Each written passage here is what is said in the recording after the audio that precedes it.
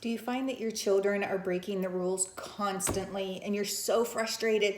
You sat with them together, you came up with these 25 list of rules for the day, we all signed it.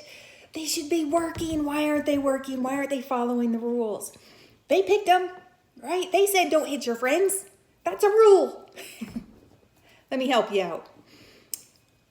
I can't tell you how many rules I had my first year of teaching. Rules for everything. But listen, what it really comes down to in the classroom is 4 or 5 simple rules, and it all revolves around safety. Your number one goal is to be safe, okay? When I sat down in my morning meeting and we'd say good morning, we might go over the rules. Especially in the beginning of the year, first 6 weeks or so, and then they'll start to remember them.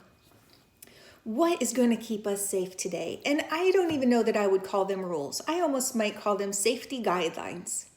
What are our safety guidelines today? Because children are going to break them. Children are going to hit. Children are going to cry. It's okay because that's where they are developmentally. So it's okay. It's not a rule that they're breaking. It's just them trying to self-regulate.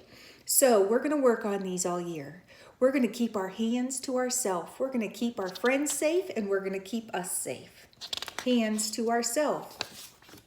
Walking feet. What happens if you run in here and you fall and you hit your head and you cry and your mom cries and I cry and everybody cries? We want to be safe. Please use your walking feet.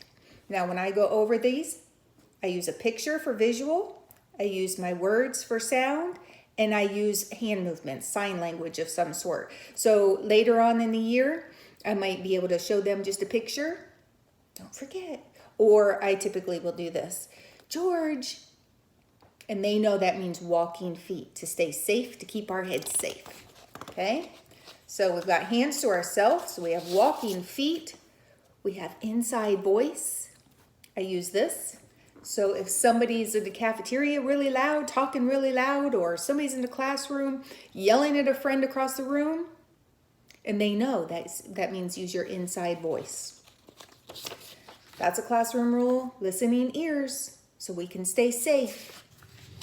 And then you might have a rule sitting on the rug. Crisscross applesauce. Why is it important to be safe when we're sitting crisscross applesauce? Who does that help? Yeah, then our friends won't trip over our feet because our body's going to be all together and everybody's going to be safe. Now, do I interrupt circle time if somebody is not sitting like this and everybody's sitting paying attention to a book? No, move on.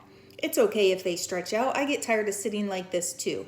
Don't draw attention to it unless you have somebody walking up maybe to the board to write something. Maybe you show this picture and then they correct themselves so that their friend stays safe and won't trip over their feet. Okay? Now, like I said, these are classroom rules. Number 1, stay safe. These are only to stay safe. That's our number 1 rule. What you might do is put them on a lanyard.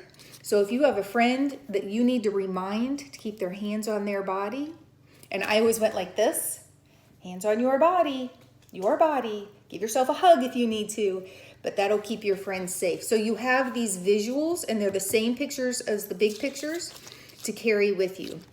I also do hand movements, some type of sign language, so that they can see me across the room and they know exactly what that means. So they have it visually, they have the sound of it, they have body movements of it, and they do these with you so that it ingrains in their memory. Okay? I hope this is helpful.